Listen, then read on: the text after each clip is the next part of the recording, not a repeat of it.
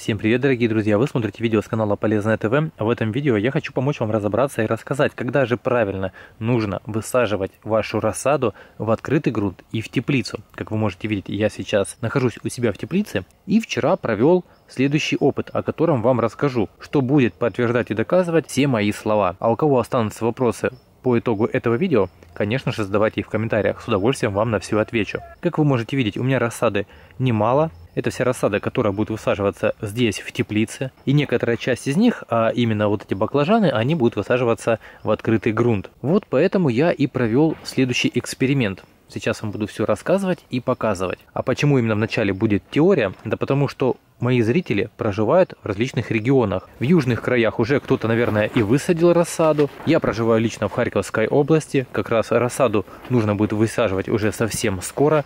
А некоторые проживают в таких регионах, где только пару недель, либо неделю назад снег сошел, еще и земля не прогрелась. Поэтому я не могу точно назвать для всех одну единственную дату, которая будет универсальна. Такого не бывает. Для каждого региона сроки высадки рассады будут индивидуальные. А я вам сейчас просто дам подробное пособие, которое вы будете применять в своем регионе у себя на огороде, и точно не прогадаете. Рассада ваша не упадет от ночных заморозков. Теперь, собственно, переходим к опыту. Как видите, рассады у меня много. Так как занимаюсь выращиванием рассады я уже не первый год, и поэтому знаю, что впритык рассаду ни в коем случае нельзя сеять, потому что могут вредители подъесть кустик перца или томатов, либо же случайно можно залить какой-то один горшочек, и там рассада может пропасть. Поэтому всегда у вас должен быть запас. А именно от общего количества где-то 20% должно быть про запасом. Потом вы это можете отдать соседям, продать в крайнем случае. Но чтобы потом не остаться с пустыми местами в огороде. И поэтому я провел следующий опыт. Как я и говорил, в теплице я поставил вот такие дуги. Это 16-я металлопластиковая труба. Она продается в любом сантехническом магазине. Толще покупать нет смысла. По прочности она не будет особо прочнее, но по цене это сразу ударит по вашему карману. А так лучше всего. Также можно купить тепличку, подснежник называется. Но могу сказать, что на них вы тоже можете разориться, если у вас много рассады и много чего нужно укрывать. А эти дуги отлично подойдут. Тем более в этом году я еще сниму видео и покажу, как я сделал это все у себя на огороде. Что же за опыт я провел? В первую очередь покажу подопытных. Они опыт выдержали нормально. Это томаты. В принципе, все знают, что томаты, когда они хоть немножко были закалены, они отлично переносят понижение температур. Сладкий перец тоже хорошо переносит понижение температуры. Это петуния. Специально выбрал самый слабенький, чтобы если вдруг его приморозит, чтобы он не пропал. И также синенькие баклажаны. Затем, что я сделал? Вечером, когда температура воздуха еще была нормально прогрета, было тепло, это около 7 вечера, я взял, установил эти дуги и натянул агроволокно. Агроволокно спанбонд, толщина у меня 30-я. Это очень просто сделать, так как есть вот такие еще держатели специальные продаются для этой пластиковой трубы. И вот таким образом, когда вы натягиваете спанбонд в натяжку, берете, прижимаете, и все, он уже никуда не девается. Видите, все достаточно просто, вот такой вам лайфхак. Кому понравилось, обязательно поставьте сейчас лайк этому видео, чтобы его не потерять. И накрыл вот здесь между вот этими трубами, и здесь тоже вот эту стенку, конечно же, закрыл полностью спанбондом.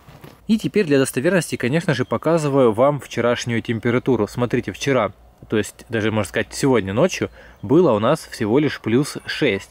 Днем был вчера плюс 21. Сегодня 23, ночью будет плюс 7. В принципе, такая же температура. Суть эксперимента была в следующем, чтобы узнать, выдержит ли рассада под вот этим укрывочным материалом и в теплице такую низкую температуру достаточно. Как вы можете видеть, все живы, все здоровы. Всей рассадой я решил не жертвовать. Но могу сказать, что синенькие, если высказываться простыми народными словами, повесили уши. Они реально вот так все были обвисшие, я думал, все, синенькие мои пропали. Но затем я осуществил полив, пришло тепло, нагрелась теплица, и они опять нормально себе растут. Теперь, собственно, подытожим, и сейчас вы поймете, как же определить для вашего региона нужную дату высадки. Как в теплицу, так и в открытый грунт. В первую очередь говорим про теплицу. Если вы выращиваете такие же огородные культуры, как перец, томаты, баклажаны, и также если у вас есть рассада огурцов, мы говорим в основном про овощи, это то, что чаще всего все выращивают, то лучше всего в теплицу высаживать будет эти овощные культуры, когда температура воздуха стабилизируется приблизительно на 10 градусах плюсом ночью. Мы смотрим на ночную температуру, потому что ночью заморозки могут побить нашу рассаду. Спокойно оставлять в теплице вашу рассаду и, соответственно, можете ее высаживать и таким образом дугами еще внутри накрывать. Ничего у вас не пропадет. Теперь, собственно, для большинства, потому что все в основном высаживают в открытый грунт, теплицы не все имеют. Какая же должна быть температура? Здесь принцип тот же, только температурные показатели должны быть немножко другими.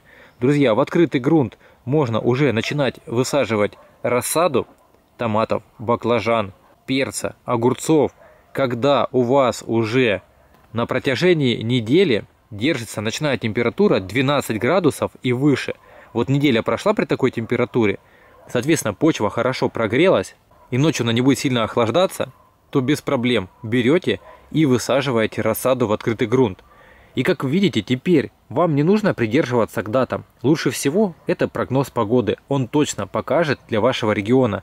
А почему я решил сделать это видео? Да потому что очень много вопросов. И все спрашивают, когда мне высаживать рассаду там, например, в Баку? Когда мне высаживать рассаду на Дальнем Востоке? Я знаю свои климатические условия. Какой климат в вашей стране, в вашем регионе, знаете точно только вы. Теперь, зная такую шпаргалку, ваша рассада точно ночью не подмерзнет, вы не потеряете как рассаду, так же и ваш урожай. А если вы мне не верите, то сделайте такой же эксперимент, как проводил его я. Потому что в этом году я много экспериментирую, и большинство того, чего пишут в интернете, оказывается достаточно неправдивым. А если вы уже подписаны на мой канал и не пропускаете выход новых видео, то тогда вы будете узнавать только достоверную и проверенную информацию. Так что, друзья, я уже на днях буду высаживать рассаду в теплицу.